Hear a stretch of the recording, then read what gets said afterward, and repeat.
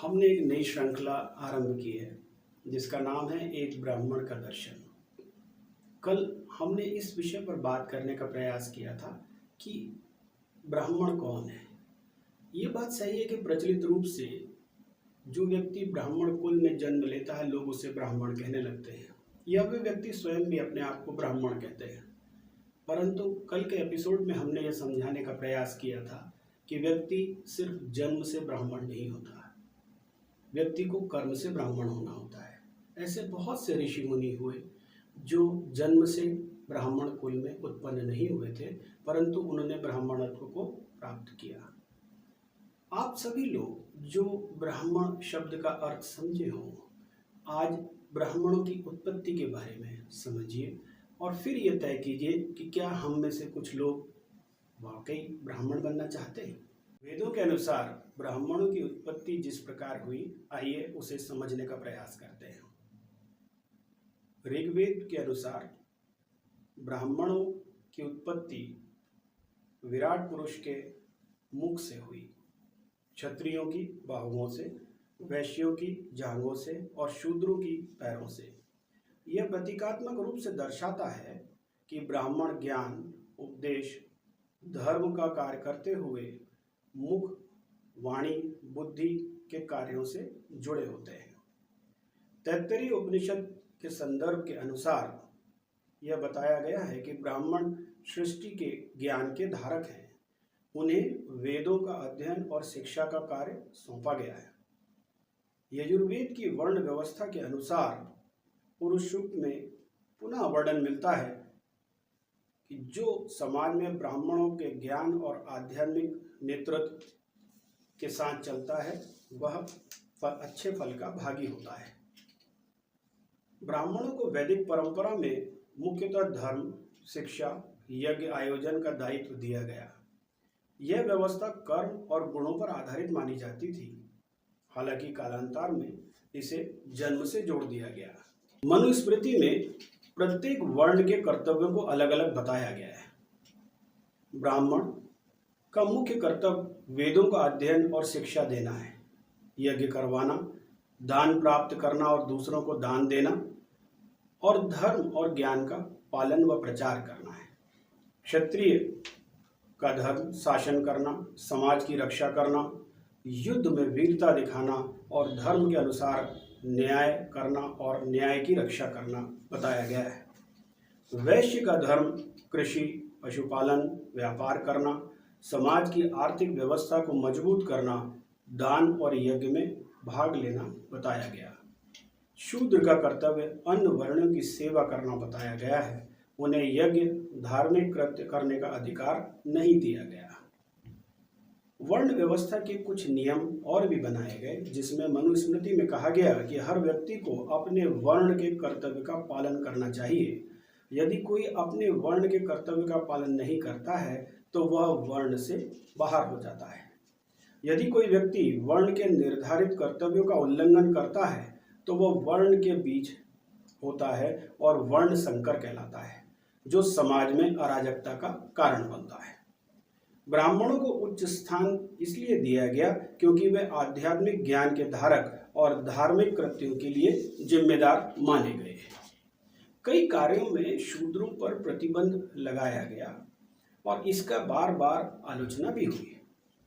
ब्राह्मण का एक अर्थ ब्रह्मा को जानने वाला भी बताया गया।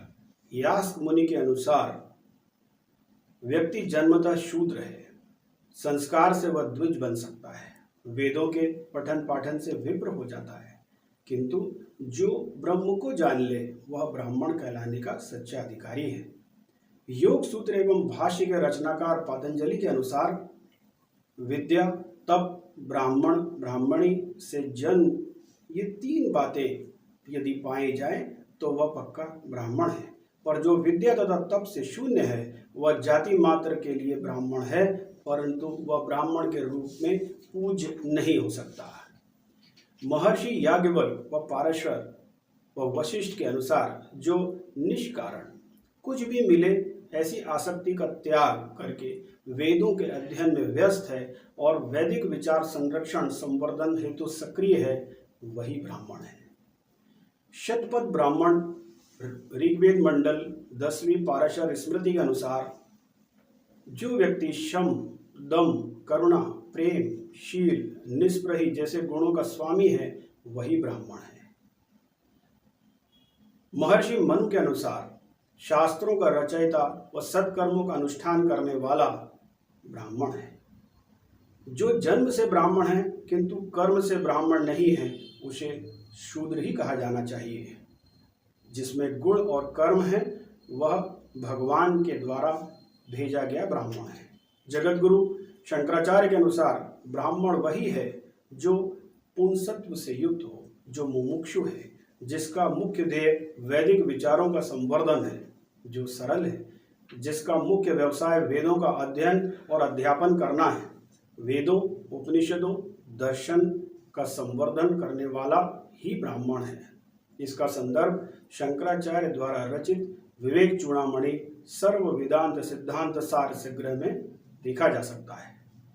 भगवत गीता में श्री कृष्ण के अनुसार शम, दम, करुणा, प्रेम, शील, निस्पृही जैसे गुणों का स्वामी ही ब्राह्मण बताया गया है। ऐतरेय ऋषि दास अथवा अपराधी के पुत्र थे, परंतु उच्च कोटि के ब्राह्मण बने। उन्होंने ऐतरेय ब्राह्मण ऐतरेय उपनिषद की रचना की। ऋग्वेद को समझने के लिए ऐतरेय ब्राह्मण अतिशय आवश्यक माना जाता है। एल्यूश ऋषि दासी पुत्र थे, जुआरी और हीन चरित्र भी थे, परंतु बाद में उन्होंने अध्ययन किया और ऋग्वेद के अनुसार उनके अनेक आविष्कार ऋषियों के कार्य आए। वे आचार्य पद पर आसीन हुए। सत्यकाम जावाला गणिका के पुत्र थे, परंतु वे ब्राह्मणत्व को प्राप्त हुए। राजा दक्ष के पुत्र पृषद शूद्र हो गए। प्रायश्चित स्वरूप तपस्या करके उन्होंने मोक्ष प्राप्त किया। राजा निदिष्टि के पुत्र नाभाग वैश्य हुए। पुनः इनके कई पुत्रों ने क्षत्रिय वर्ण अपनाया। धृष्ट नाभाग के पुत्र थे, परंतु ब्राह्मण हुए और उनके पुत्र ने क्षत्रिय वर्ण को अपनाया। भागवत के अनुसार राजपुत्र अग्निवेश ब्राह्मण हुए। विष्णु पुराण और भागवत के अनुसार रतोत्तर क्षत्रिय से ब्राह्मण बने। हरित क्षत्रिय पुत्र से ब्राह्मण हुए। क्षत्रिय कुल में जन्मे शौनक ऋषि ब्राह्मणत्व को प्राप्त हुए। वायु, विष्णु और हरिवंश पुराण कहते हैं कि शौनक ऋषि के पुत्र कर्म भेद से ब्राह्मण, क्षत्रिय, वैश्य और शूर्ण वर्ण के हुए। इसी प्रकार गृहस्मत, गृहस्मति और वीतहव्य के भी कई उदाहरण हैं। मातंग चांडाल पुत्र से ब्राह्मण बने। राजा पुलस्त का पौत्र रावण अपने कर्मों से राक्षस बना। राजा रघु का पुत्र प्रवद राक्षस हुआ। त्रिशंकु होते हुए भी अपने कर्मों में राजा चांडाल हो गए। विश्वामित्र के पुत्रों ने शूद्र वर्ण अपनाया। विश्वामित्र स्वयं क्षत्रिय थे, परंतु बाद में ब्राह्मणत्व को प्राप्त हुए। विदुर दासी पुत्र थे, तथापि वे ब्राह्मण हुए और हस्तिनापुर साम्राज्य में मंत्री पद को सुशोभित किया। इस प्रकार हमने यह देखा कि ब्राह्मणों की उत्पत्ति जन्म से नहीं मानी जाती, वह कर्म से होती है।